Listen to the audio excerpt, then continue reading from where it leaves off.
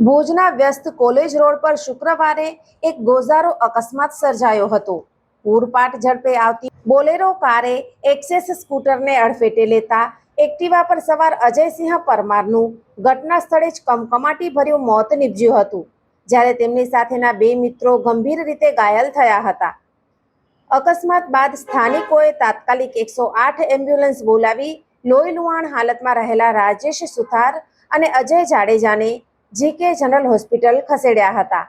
ભુજ શહેર પોલીસે ઘટના સ્થળે પહોંચી ટ્રાફિક પૂર્વવત કરાવ્યો હતો અને અકસ્માત સર્જનાર ચાલક વિરુદ્ધ કાયદેસરની તપાસ હાથ ધરી છે।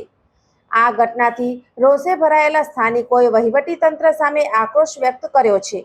લોકોના મતે અતિ વ્યસ્ત કોલેજ રોડ પર કોઈ સ્પીડ બ્રેકર કે ગતિ મર્યાદાના બોર્ડ ન હોવાથી વાહનો બેફામ દોડે છે।